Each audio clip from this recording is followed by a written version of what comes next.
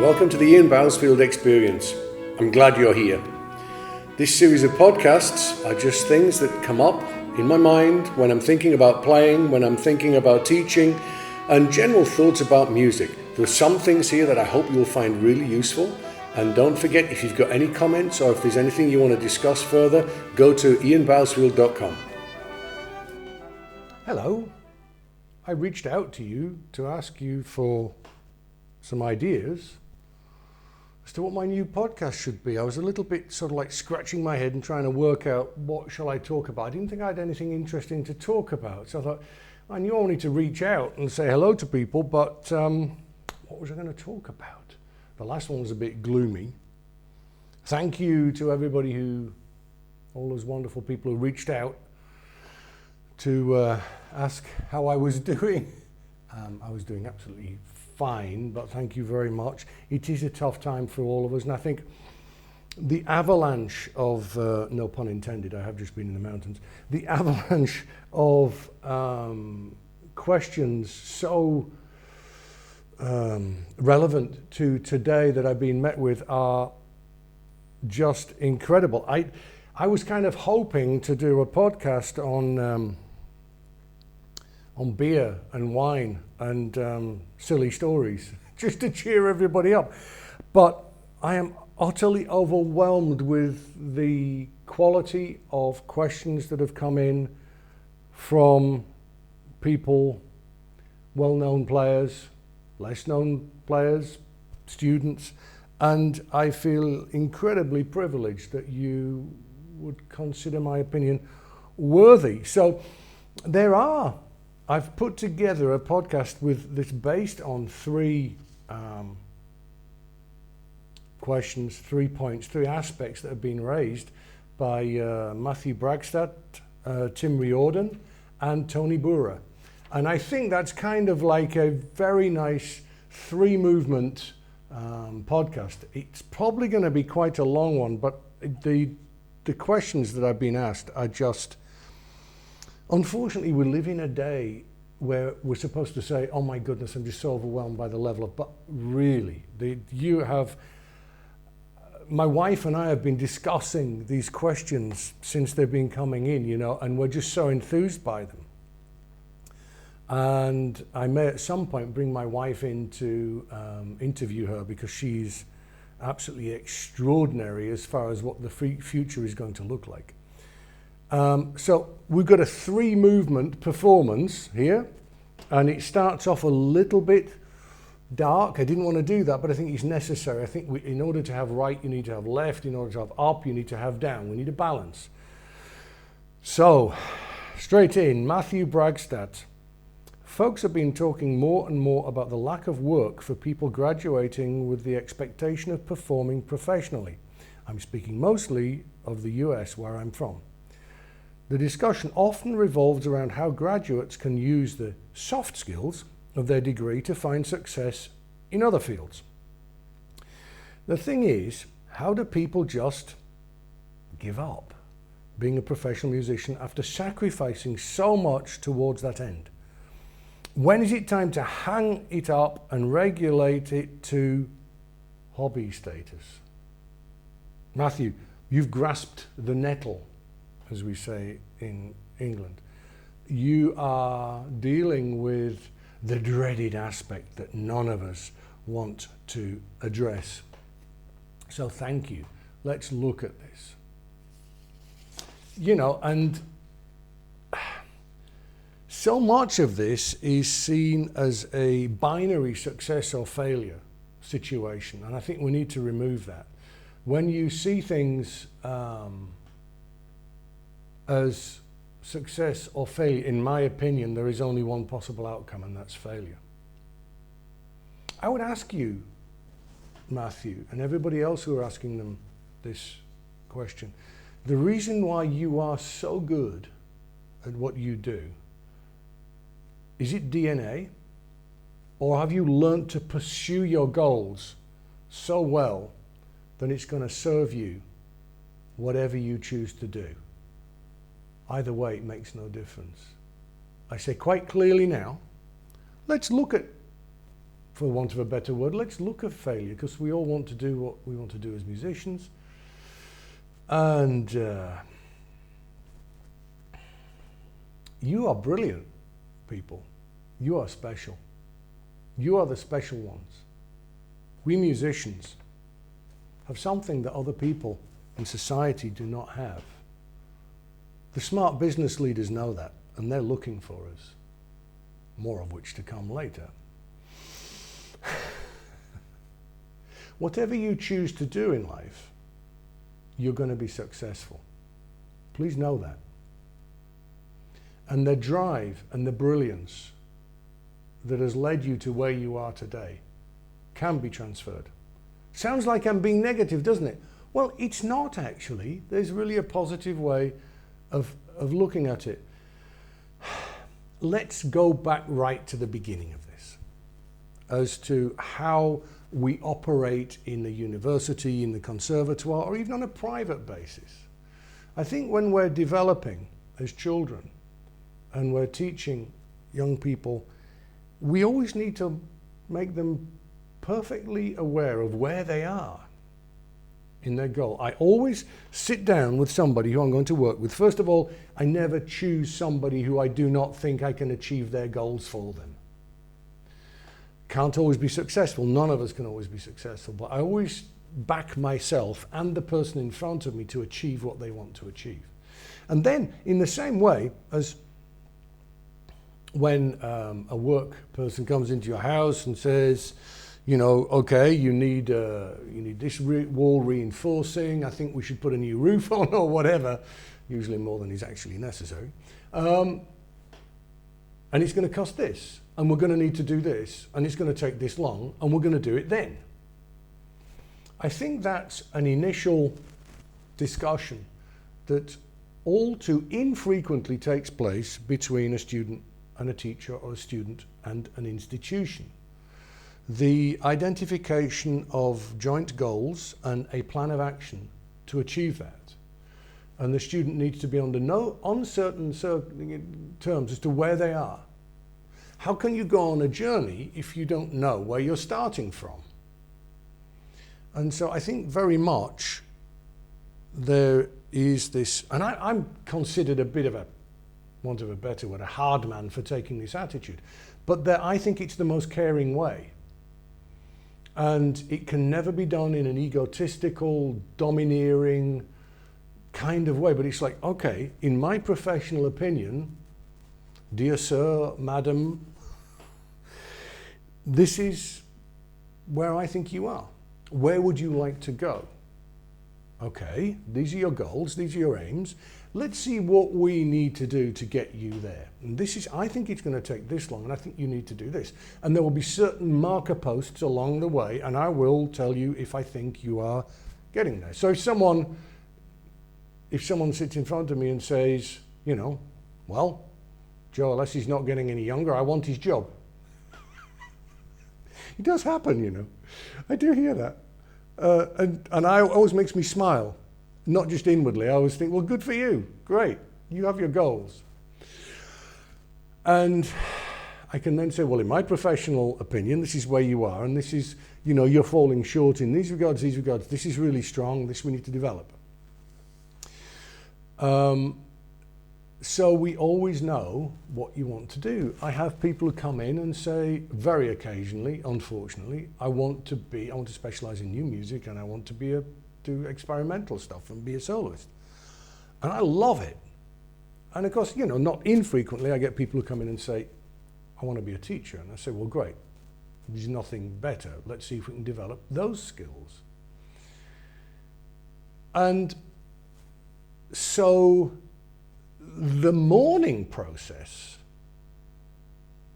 that you have invested, in some cases, more than 1 decade, in a singular pursuit of a singular career does not all of a sudden, Matthew just say, result in you saying, I'm giving up. You don't give up. You never give up. This is a vocational thing. I'm not a trombone player because people pay me. That's a process I've been going through over the last few months. And I was really quite grumpy with myself when I realised it was an aspect of it. Well, if you don't want me, if you're not going to pay me, hang on a minute, I'm a trombonist. That's who I am. That's what I do. You know what? One of the legends of snooker, this is one of these amazing English games, where it's a bit like pool, but really difficult. The table is 4 times bigger and the pockets are smaller and the balls are smaller and the rules are more complicated. Of course they are. It's an English game. And speaking of which, I'm actually now not watching England against India on the television so I can do this podcast. So I've said to myself, I've got to really concentrate and do it right so I can go and watch the cricket. Where was I? Ah, yes. Snooker, legends of snooker. A guy called Steve Davis. He won the world championship, I think, 7 times in the 80s and maybe early 90s. And he kept playing, you know, and he was a commentator, a legend. And he dropped out of the top 50 and then he dropped out of the top 100. And he kept turning up to do the qualifying tournaments to get into the qualifying competitions to get into the major tournaments. He kept failing and failing and failing. And someone said to him, why, you've fallen from grace, you know? The guy around the corner's beating you. You know, the guy at the local pub beats you now.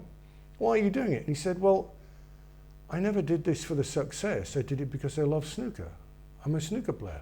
That's who I am. That's what I do. When I get out of bed in the morning, I practice. And then I go and take part in tournaments. And whether I win or lose, it's who I am. It's what I do. Now, okay, by that time, he didn't have issues such as paying bills, but you see where I'm going with this. So I think the decision to be a musician, the decision to be a instrumentalist, is a vocational decision. It's who you are, it's what you do. And I know that whilst I have strength in my body to hold a trombone, and whilst I have air in my lungs to put it into the trombone, I'm going to do it because I love it. So I think those 2 things, we all know there are no guarantees, but we can get a good idea, an estimate of how remote our chances are of making our goals reality, as long as we have that. And it cannot creep into paranoia. I've had cases where students have said, oh, how am I getting on? Am I on target? And it's like, hey, look, we have this chat every 6 months or every year to see whether we're achieving our goals. It's not a weekly discussion. You're doing fine now. Let's just work, okay? But I think that's the first thing, is to be in a realistic understanding of your situation. And then the other thing is to be very clear as to why you are doing this. And then it's not like, it's going to happen, we're going to get there, I'm going to get there, oh, no one wants me, okay, I failed. That we have to cut out. That has to go. That cannot happen. We have to remove the taboo subject of not, in inverted commas, making it and discussing other options. Remember, you're amazing. You don't realize the skills that you're developing, and you should be looking at this all the time. I think in many ways, Corona has been a bit of a blessing. I have wonderful students who are very smart. Some of them have now coming to me and saying, I realize I'm a trombonist, but I might actually need to deal with practicalities as well, because there's no guarantee that there's going to be a profession for us in the future. I actually happen to disagree, but you know, students are coming to me and saying that. So I'm looking at how to earn money in different ways. And it sounds like we're giving in to failure. It's not, it's making the most of your skills. You know, we need to find a situation where rather than falling off the horse, we're changing horses between one and another. And maybe in many cases, what we do as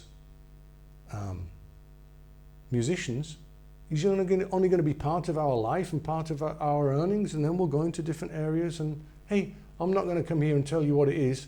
You're brilliant, creative people. That's who we are. But I think that consideration needs to start, you know, in our teenage years.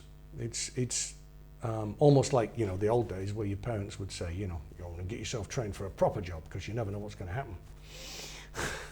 But the world has changed so much, and you need to be looking at the transference of skills to remove the pressure from you needing to realize your number one goal. And to realize that looking at realism, being realistic at our chances, is not an excuse to give up. It's time to concentrate on parallel different skills. Do not neglect your other interests. So that, I think, is what I would say. And then I don't think, Matthew, that's directly addressed what people in the current situation now can do. I'm going back to how we can approach this more positively in the future. But I would say to you, Matthew, you know, I've had students who've really doubted whether they want to do this. Not now, I mean years ago, 10 years ago. And I have one, and I'm not going to name him because he's very successful now, decided he was just going to go home and be a television, or back in the day, you know, like cable TV salesman. And within 6 months, he was the head of his company for the city. It's easy, guys, it's easy. I've had business people, doctors, architects, HR people who listen to these podcasts and say, you guys are just way ahead of us. We have got so much to learn from you. So I think, first of all, take the worry away. Look at your parallel skills. Realize if you become amateur, what a horrible word. If you decide not to do that professionally, it doesn't mean to say you're giving up the trombone or giving up music. It means you're going to develop your skills in other areas.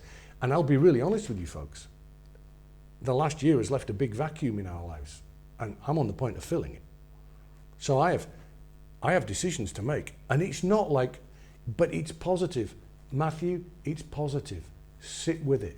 Just be there. Consider other options. It is going to be fine. It's going to be just great. Sound like Donald Trump, don't I? Oh, oops. And I am in a position now where I have so many options available to me. Not contracts on the table, but it's like so many different directions. I think, oh, wow, I really want to do that. I really want to do this. And I've got so many different ideas and so many completely, well, not completely away from music, but taking the skills of music into other areas, and people are really interested in it.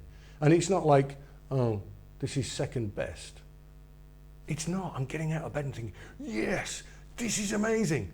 So I know I didn't directly answer your question, Matthew, but I hope I did something to make everybody right now feel better. I feel really great about the future, and we're going to come to that. Okay, and that leads us on to another hot potato. Tim Riordan, ably assisted by Tiago Carvalho and Sean Roish, and even Matthew Guilford. Right, here we go.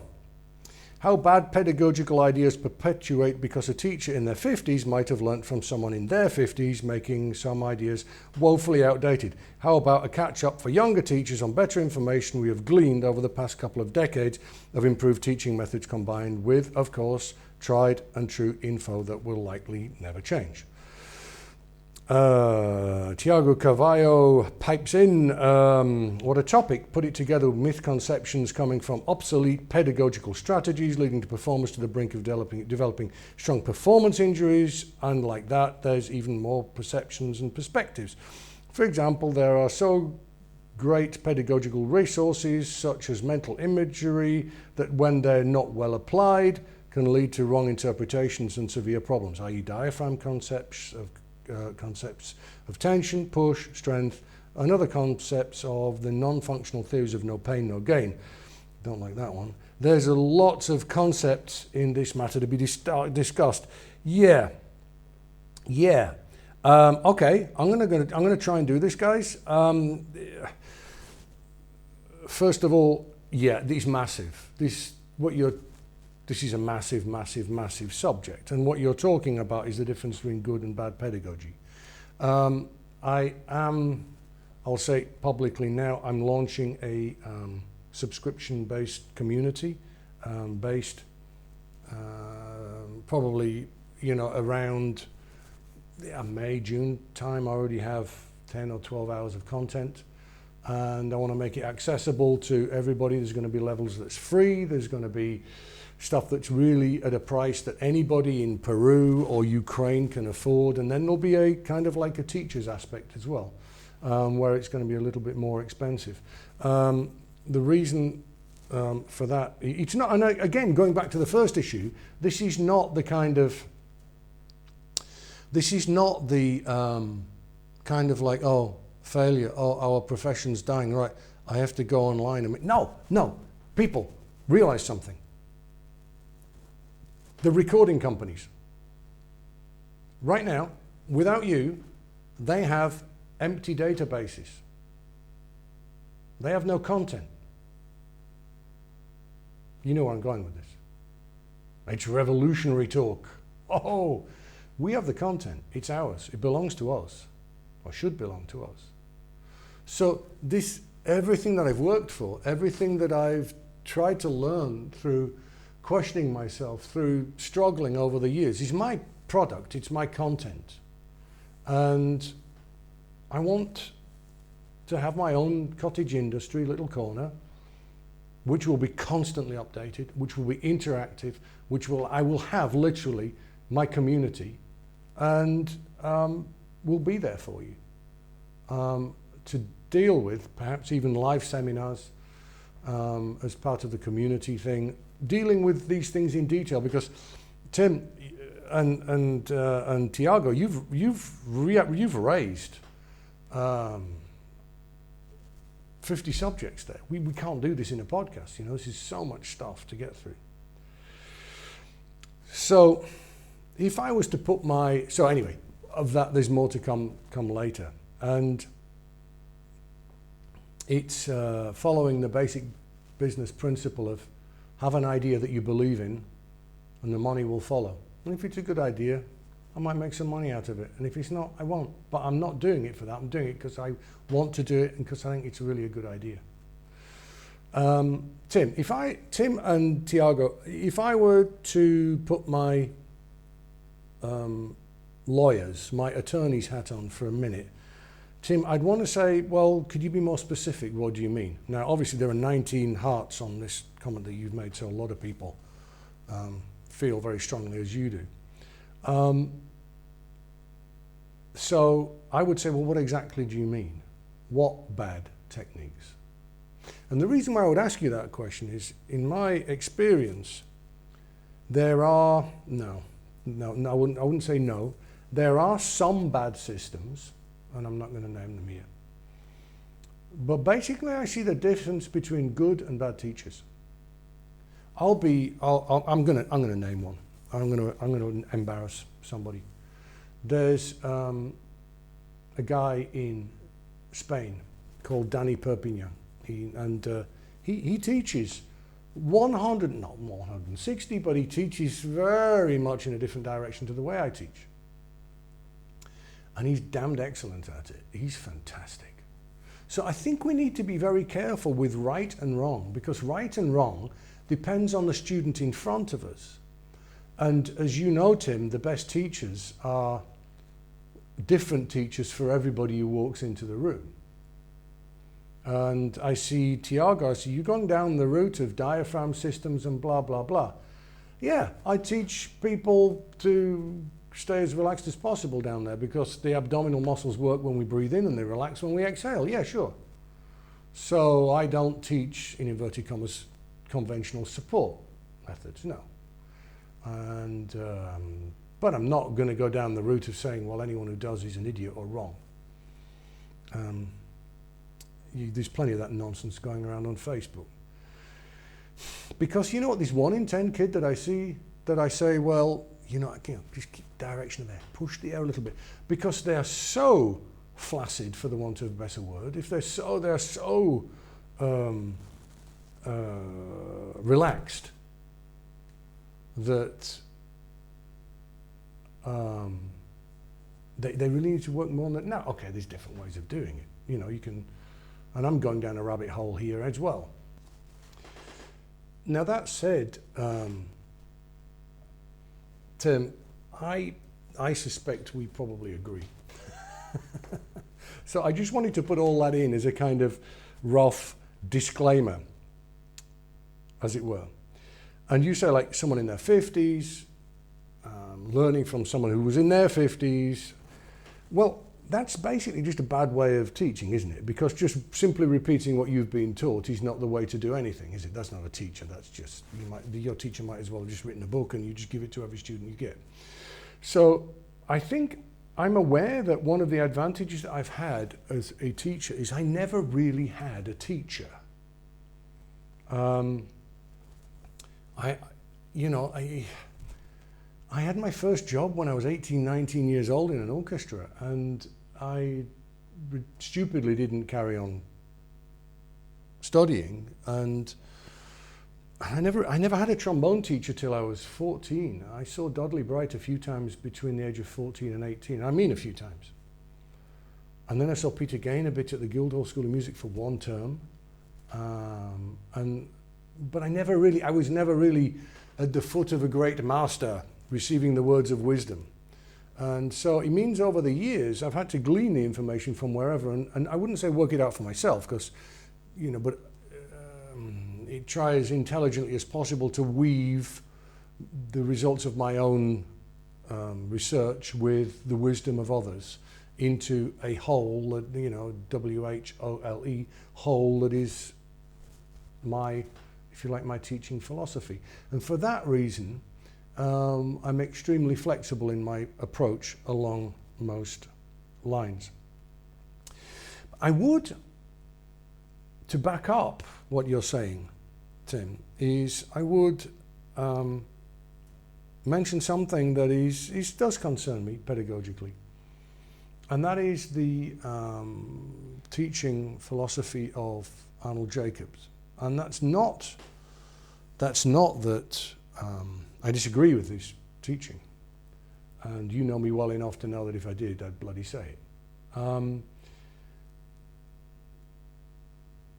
He has been the one who I have turned to when I've been in the biggest mess, when I've been going through a kind of like a bit of a playing crisis. It does happen every now and then. Hasn't happened for a while. And I mean longer than the last year. The older I've got, the better I've got at working my own and other people's issues out. So I do hold him in the highest of esteem, and in actual fact to support, like you say, someone just doing what their teacher did with them. The number of times I've seen the scenario where Mr. or Mrs. So-and-so never could discuss the embouchure with me or anything physical, therefore I will not discuss anything physical with my students. Yeah, the only problem there is, in my opinion, Arnold Jacobs had an encyclopedic, probably the greatest knowledge of what was happening physically within the subject before him than any of us who have tried to teach before or since. Didn't tell you about it.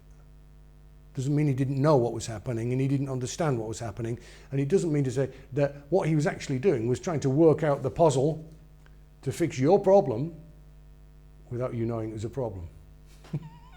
To give you positive solutions. Now, isn't that wonderful? The only problem is we have a generation of teachers who think we don't talk about the embouchure or anything physical. It's like we don't think about it. My teacher never did it, I don't do it with you.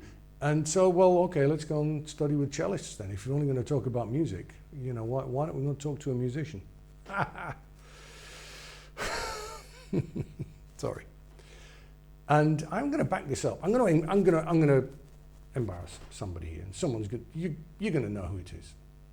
Possibly, you know, someone who I hold in extremely high esteem. And I'd got into a bit of a pickle, as we say, with a student, and said, look, would you mind if I sent you this video of someone playing? Can you tell me what you're saying? And so he said, sure, send it to me. And he wrote this series of messages that identified, let's say there was 6 physical things that needed addressing within the subject's playing. And he identified in no uncertain terms all 6 of those, and then picked out the one that was causing the other 5, and then suggested his route as to how to fix it.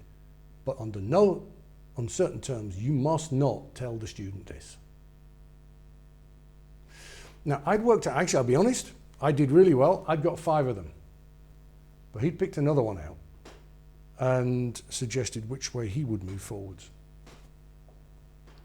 And so this idea of song and wind, yes, it's fantastic. It's absolutely, please don't think like I say, there are no good and bad systems, just good and bad teachers. And so that person has an encyclopedic physical understanding of the ins and outs of brass playing, but doesn't talk to his or her students about that in that way. And maybe as a teaching profession, we're failing our students when we're teaching people to teach. It should be the full disclosure of, look, this is the situation. At some point when someone's secure enough in their own playing and is about to go into teaching, say, look, this is the physicality of it, and this is how we get around it without discussing it.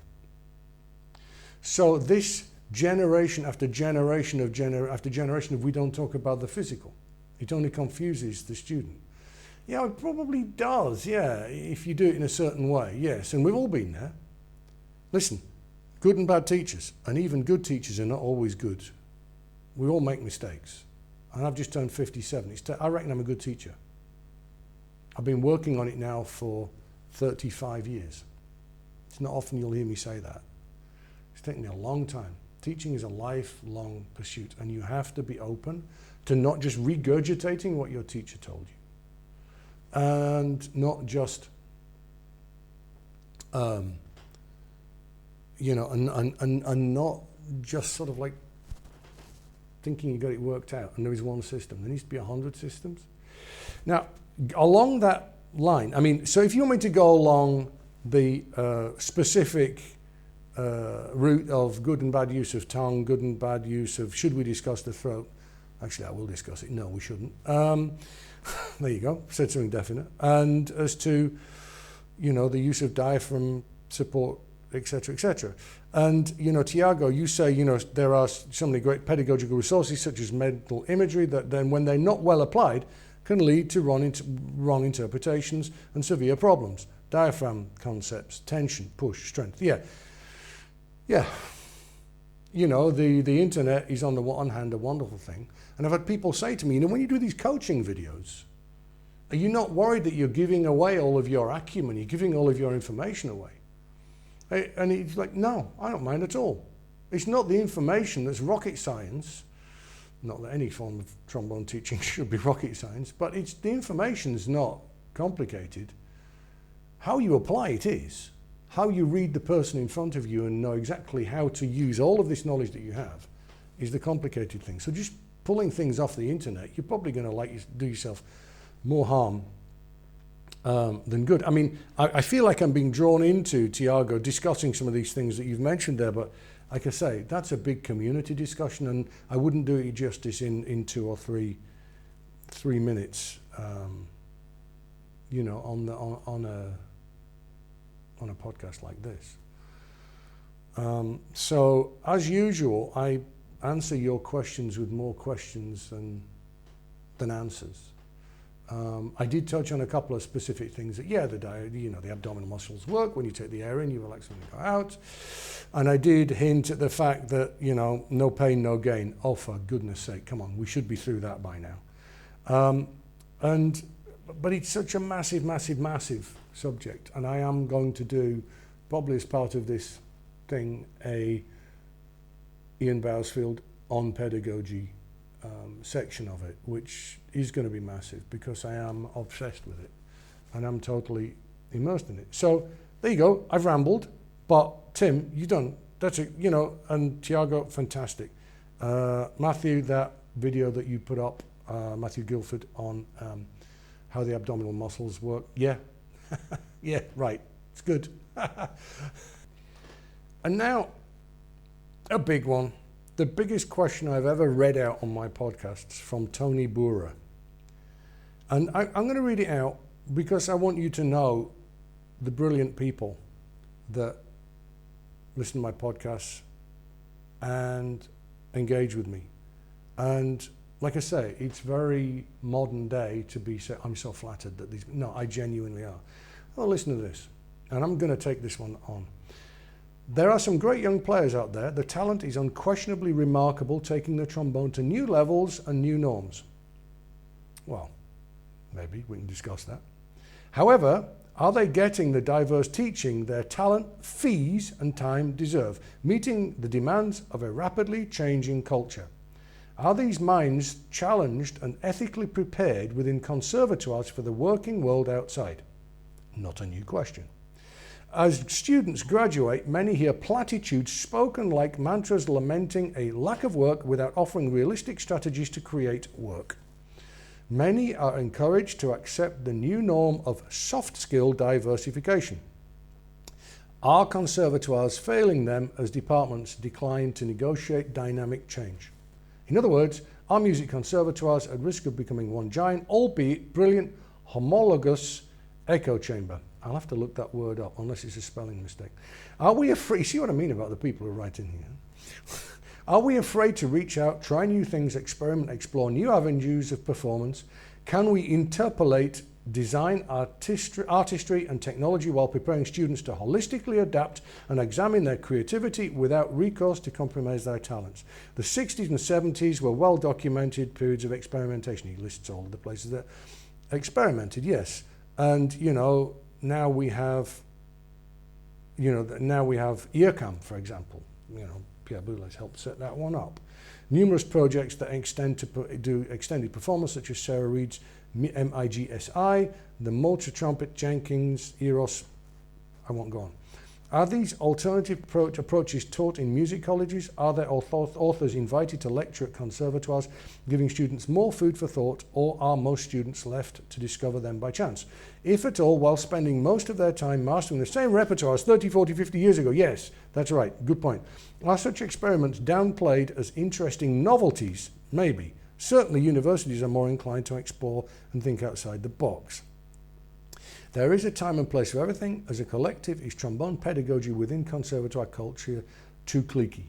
University education embraced a multidisciplined model years ago, encouraged students to look at other disciplines to formulate unique ideas. We live in a challenging time for artistic identity, and students need the tools to adapt, where failure and success do not come down to an esoteric singularity. There is no such thing out there. Is it time for conservatoires and their trombone programs to become less close-knit and more diverse? If this is already happening, then I'm hopelessly out of touch, so please excuse the longest Facebook post that you've ever written. Tony, there are a couple of people who've written in and said, actually, it's not the longest post you've ever written. But people, I want you to read that out. This is just wonderful. Tony Boorer was a student at the Guildhall School of Music back in 1753, and went through the traditional standard education, and he's now experimenting and studying electronic techniques. He's put some stuff on Facebook that have been absolutely remarkable. I've reached out to him. I think his artistic output is incredible. And I wish to say at this point, he's not paying me to say this. Right. Tony, I think we're at the cusp of something bigger than what we've had before. Before Corona. What you're saying is the music profession, led by conservatoires, at the same point, are we acting like Kodak did in 1990, when they decided there would never be a replacement for photographic film? The rest, as they say, is history. They missed the boat and everything went digital, of course. Are we doing that? And that's the question you ask. And to your last question, are conservatoires, are institutions doing this? If so, you apologize, so do I. I don't know every instance. I know that it is widely discussed. And I guess, Tony, you're talking about the major UK institutions here, and I don't know. I hope they are. So I guess we're both saying the same thing, you and I. I think the new future lies in NFTs, non-fungible tokens, and blockchain. It's the empowering, embodying, moving forwards of our profession. Mark my words. Get your 10-year diary, folks, and write into it 10 years from now. We will be dealing with virtual reality. Students, audience members will have headsets on, and they will not be present for performances or lessons. The opportunity that presents itself to us for performance, combined with education, is the beginning of something new. Nick Scholl, if you're still listening to this, you wanted the answer. Here you have it. So that's our conservatoires bringing these people in to show the lead. I doubt it, actually. I don't think so. Not to the extent that they need to. These institutions are very big. They take a while to move. When they do move, they move in a big way. I would say right now, at the very least, in order to complete their course of study, every student must have done the basic of simple things, and that is upload at least 10 TikTok videos and assess their success and failure. And I think that must be the very, very, very least that we should be able to do. And yeah, I think Conservatoires at the point of courses on how to set up a website, etc., etc. I think that's where we are. I might be speaking seriously out of turn. After Corona, there's going to be a huge jump, and we as musicians must not miss the boat like Kodak did with the film. I would now speak in support, Tony, of the education that you got and of the one that I, to be honest, give.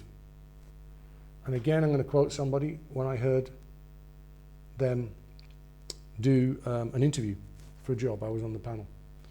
And the questions came. We had all of the different diversified members of the jury, from research, from early music, from whatever.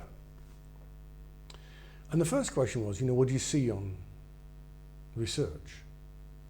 And it was kind of like a mumbling, yeah, well, we're always involved in research, of course, research, great. What about early music? Well, yeah, I'm open to everything, yeah, of course.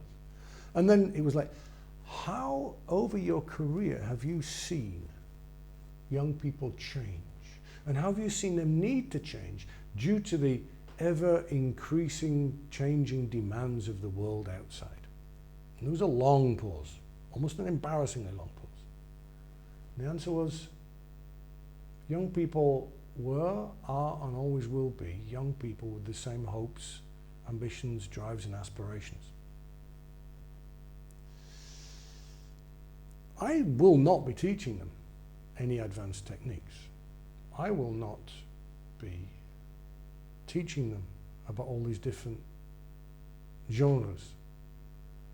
After they finish studying with me, they will be able to identify excellence in themselves and in others and how to pursue it. They will know how to control that. They will know how to create beauty and control what they're doing. And they will have total musical and emotional command over what they're doing. That's a bit of I don't think that's an exact quote, but it was something along those lines. After they have finished studying with me, whatever they choose to go into, they will be able to succeed in it. At which point, there was another long silence in the room, because that cut straight through the question, didn't it? So there is a case to be made, to Tony, and I make this case extremely strongly, whilst loving what you do, and that's no empty platitude. I do believe in teaching young people to identify perfection. No, there isn't such a thing. You know what I mean? Excellence of sound, articulation, and how to have basic control over their instrument. If you push young people down the route of alternative techniques alternative musicalities, new ways of thinking, before they've actually got their foundations set, you're going to do more harm than good. That's my professional opinion. And I am an open-minded, adventurous musician who listens to everything and absolutely would see the same artists as being amazing as you do, Tony. And so that's the first thing I would say. There's like a big caveat, whilst agreeing with what you say, is look, we've got to make sure, because if we run too far down the road, it's not going to work. Because first of all, we have to have control of our instruments, and we have to go through the history of how we evolved to this point, really. I think there has to be this kind of Solera effect of something from each era. We as musicians are a product of every generation that's gone before us, and we need to pass that education on to the student in front of us before we move on to other things. And then we encourage them to just run wild and do whatever they want. Right, so let me go back. Ever demanding, changing cultures.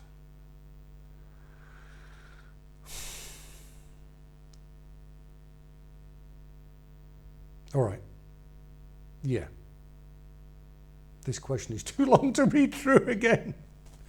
I think you're right. The 60s and 70s and 80s, particularly in France, led by, guess who, Pierre Boulez, was much more adventurous than it is now. Should these people, these experimental musicians, be being brought into conservatoires? Yes. Should they be the only meal on the plate? No. Should we be bringing people in from all other walks of life? Yes. Should we be bringing business people in to show musicians how they can change horses to fulfill their talent in every direction? Yes. Should members of no-till brass be consulting in conservatoires? Yes. Should out there, way out, and I keep hearing new trombone players with new techniques, should they be giving classes at these conservatoires? Yes. Should you be showing what you've learned in the conservatoires? Should you be showing your experimental stuff with electronics? Yes. You know why? Because students need the spark. Never mind, Tony, preparing them for what's out there. It's about showing them what they could do. Because you go into the academy and do a class and show what you do. Folks, take a look at what Tony does, Tony Boorer. Look it up.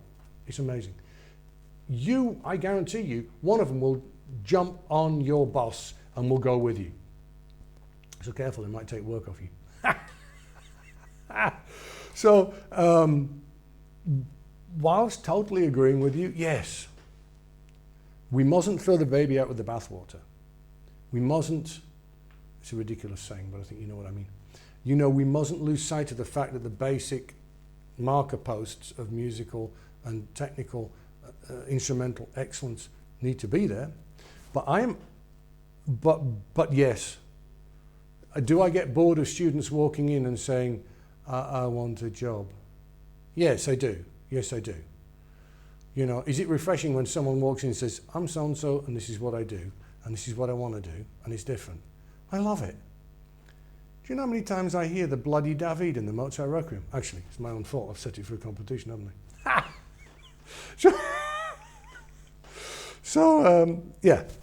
Yeah, I agree with you. I am going to, I think if this part of the podcast gets a lot of positive feedback, I will interview my wife, Mrs. Blockchain, and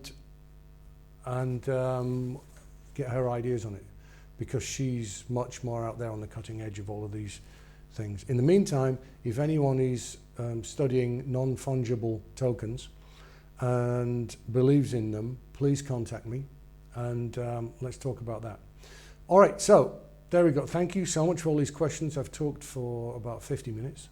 So this is the longest one ever. There are a load more that I'm going to go into, and thank you all so much.